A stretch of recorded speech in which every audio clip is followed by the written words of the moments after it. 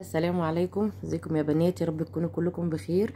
حبيت النهارده ان انا اصور لكم من عندنا في الكورنيش في السويس، ولاجل الحظ بقى معلش سامحوني البحر كان ساحب لجوه، فصباحكم زي الفل او مساءكم زي الفل على حسب ما بتشوفوا الفيديو.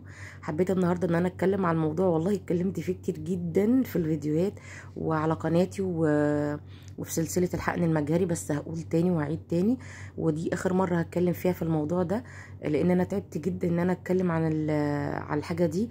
وبرضو مصرين في التعليقات يفتكروا ان انا دكتوره او ان انا مسؤوله من المسؤولين اللي موجودين في مستشفى ادم الدولي، او انه دكتور مدحت عامر يبقى قريبي باي شكل من الاشكال. طبعا انا لا دكتوره، تمام، ولا مسؤوله باي شكل من الاشكال عن مستشفى ادم الدولي، ولا دكتور مدحت عامر يقرب لي ولا اي حاجه. انا حتى ما قابلتوش في حياتي الشخصيه كلها غير مره واحده يوم ما رحت اكشف. انا زيكم يا بنات، قعدت سنين ما بخلفش، تمام، وربنا اكرمنا وعرفنا ادم الدولي، فحبيت ان انا اروح اعمل عمليه حقن مجهري. فروحت والحمد لله ربنا كرمنا في اول عمليه من اول مره، وبعد 7 سنين عملت عمليه تاني. للبنات اللي عارفاني انا بتكلم وعامله الفيديو ده للبنات اللي اول مره تدخل لي، والتعليقات اللي كل شويه تجيلي عن المستشفى ادم الدولي فاشله ودكاتره فاشلين. هنتكلم في الحته دي دلوقتي، بس انا حبيت ان انا انوه اني انا واحده زيكم عملت حقن مجهري مرتين، فربنا اكرمني، فحبيت ان انا انقل تجربتي ليكم واقول لكم عن مثلا اسباب نجاحها فشلها على قد علمي، تمام.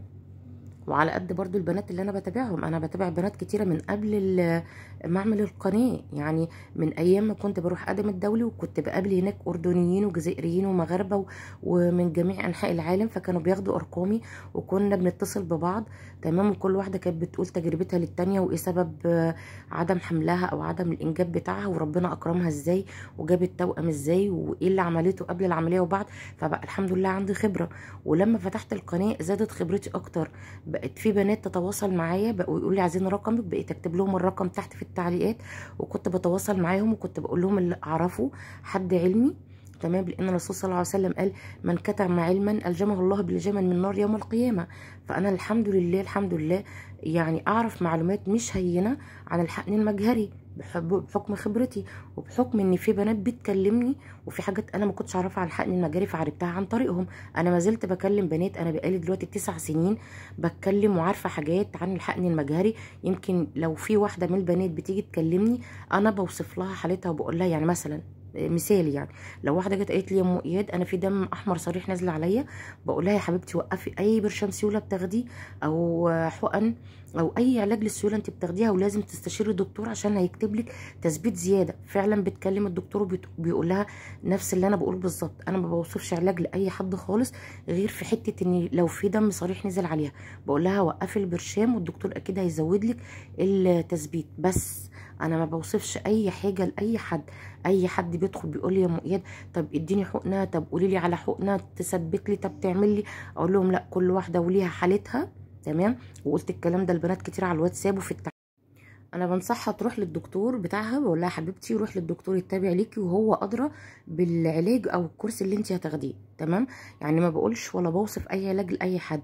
فانا بقول لكم تاني ان انا لا دكتوره ولا ادم الدولي يعني ابقى اداريه فيه او دكتوره، ولا يخصني في اي شيء. انا كل الموضوع ان احنا لما رحنا عشان نعدم الاجنه اللي كانت باقيه لنا، استاذنت من الدكاتره اللي موجودين هناك او اللي مسؤولين عن الاعلام، تمام، اللي كانوا بيعملوا اعلانات يعني عن ادم الدولي. استاذنتهم ان انا اصور جوه المستشفى بناء عن طلب بنات كتير كتير كانت كاتبه لي في التعليقات يا ام اياد عايزين نشوف المستشفى. فطبعا اتصرح لنا ان احنا نصور اماكن جوه مستشفى ادم الدولي واماكن لا، يعني المعامل، المختبرات، الحاجات دي احنا ما كناش نقدر نصورها طبعا، بس صورنا الاماكن العامه، اماكن الانتظار، المستشفى من بره ومن جوه، وعملنا لقاء مع مسؤولين جواه، تمام. ده كل اللي عملناه. فلما البنات شافت الفيديوهات دي افتكرت ان انا مسؤوله عن المستشفى. انا مش مسؤوله. للعلم كمان انا لما يعني عايزه اقول حته كمان للبنات اللي بتدخل تقول لي مستشفى ادم فاشله والدكاتره فاشلين، الحته اللي قلتها لكم في الاول، حبيبتي انا عايزه اقول لك ان الفشل والنجاح ده بايد ربنا سبحانه وتعالى. وعايزه اقول لك حاجه كمان، ان انا لما رحت المستشفى عملوا معانا لقاء بناء عن ان احنا من الناس النوادر اللي جايين نعدم الاجنه بتاعتنا. يعني من نادر جدا في مستشفيات الحقن المجاري لما تلاقي حد جاي يعدم الاجنه بتاعته. تمام. فلما احنا رحنا عشان نعدم الاجنه عملوا معانا لقاء عشان هم كمان يستفيدوا مننا وينزلوا الفيديوهات بتاعتهم، الفيديو بتاعنا اللي صوروه معايا انا وجوزي على البيج بتاعهم. بس هم طلبوا مننا ان احنا نتكلم عن نجاح العمليه. مين السبب في نجاح العمليه؟ قلت لهم ربنا سبحانه وتعالى والاستغفار والدكاتره، ما هم الا سبب، ما هم الا سبب. تمام. فعشان كده الفيديو بتاعنا منزلش على البيج عندهم، بس انا الحمد لله الفيديو اخدته منهم قبل ما نمشي بعد ما صورونا. وانا كان ممكن ان انا انزله على القناه عندي، بس انا مرضتش طبعا ان انا انزله، بس انا عادي ممكن انزله جدا. بس انا يعني عشان ظاهره بوشي، انا طبعا مش بوشي خالص، انا منتقبه الحمد لله. فزوجي ظاهر وانا ظاهره، فما كنتش حابه ان انا اظهر الفيديو، فانا ممكن استاذن زوجي وانزله، بس هحط قماشانات على وشوشنا يعني، وتسمعوا بالظبط انا قلت ايه. انا قلت ان النجاح والفشل ده بتاع ربنا سبحانه وتعالى، وبكرر تاني لاي حد داخل عمليه الحقن المجاري، النجاح والفشل ده بايد ربنا سبحانه وتعالى. انتوا حتى لما بتروحوا للدكتور في اول مره كشف، زي ما احنا دخلنا اول كشف للدكتور مدحت عامر، الكلام ده من 13 سنه، قال لنا نسبه النجاح 60% والباقي ده بتاع ربنا سبحانه وتعالى. فاهمين؟ يعني مش نجاح بنسبه 100%. فخلي بالكم ان كل حاجه بايد ربنا سبحانه وتعالى، نجاح او فشل. انتوا ما عليكم الا ان انتوا تستغفروا وتبقوا قريبين من ربنا، وعليكم بالدعاء. والله العظيم انا عيالي ما جم الا بالاستغفار والدعاء، ما جوش بدكاتره ولا عمليات ولا اي حاجه. ربنا يكرمكم ويرزقكم ويطعمكم ان شاء الله. دي حاجه مهمه كنت عايزه اقولها لكم. انا بقالي كتير ما عملتش فيديوهات، سامحوني جدا. انا ما كنتش قادره اطلع والله اعمل فيديوهات بعد وفاه والدتي، ربنا يرحمها يا رب رحمه واسعه هي والدي. بس ان شاء الله الفيديوهات الجايه برضو هعمل لكم فيديوهات قصيره، علشان اي حد كان كاتب لي اسئله انا مصورها والله سكرين، عشان ارد على كل سؤال وحده في فيديو. انا بعمل فيديوهات دي يا بنات والله صدقه او علم ينتفع بيه، عشان زي ما قلت لكم في الاول كده، انا ربنا حباني بمعلومات، فما ينفعش ان انا اكتمها. في بنات كتيرة محتاجة ان هي تسمع حاجة لوجه الله. انا مش عاملاها عشان خاطر مشاهدات، انا الحمد لله القناة بتاعتي مش كبيرة، بس الحمد لله بيجيلي تعليقات كتير وبيجيلي ناس كتير بتسألني وعايزة رقمي. فانا الحمد لله يعني انا مكتفيه بالناس دي حبايب قلبي، لو دعوه صغيره بيدعوها لي بالدنيا كلها والله العظيم. فالحمد لله الحمد لله انا بعمل الفيديوهات دي علشان لو حد مثلا عايز سؤال، عايز حاجه. في بنات طبعا كتيره اللي من رحم ربي يعني بتعمل الفيديوهات بتاعتها عشان جلب المشاهدات. انا مش كده خالص والله.